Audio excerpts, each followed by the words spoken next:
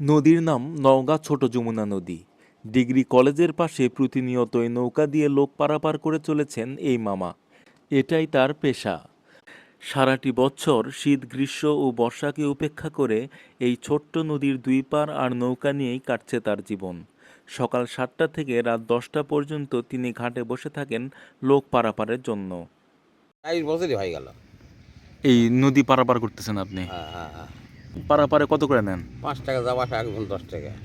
আর স্থানীয় বাসিন্দারা যারা এদিকে আছে? ওর কম রেটে আছে, মাসে টাকা দেয় ওরা। মাসে মাসে কত দেয়? 200-250 দেখি পরিবার প্রতি না জন প্রতি? জন প্রতি।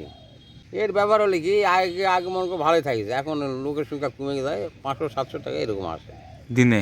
দিনে। এ তো খুব একটা পরিশ্রমের কাজও ওরকম নয়। পরিশ্রমের চূড়ান্ত। হাত লাগা যায়।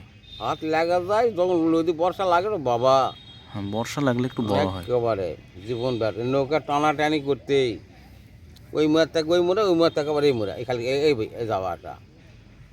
তখন চাপও বেশি, হুম, তখন তো টাকাও বেশি। ওই ওই ভাড়ায় বেশি কেউ দেয় না। না, মানুষজন হয়তো বেশি হয় তখন। না, না, এই মানুষই যে মানুষ আছে এটাই। এরকম একটা নৌকা বানাতে কত টাকা খরচ হয়? মেলা টাকা, 60,000 টাকা, 60-70 চলে ভাই। এই নৌকায় এই নৌকা একবার তৈরি করলে কতদিন চলে? 2 বছর যাবে, 2-3 বছর।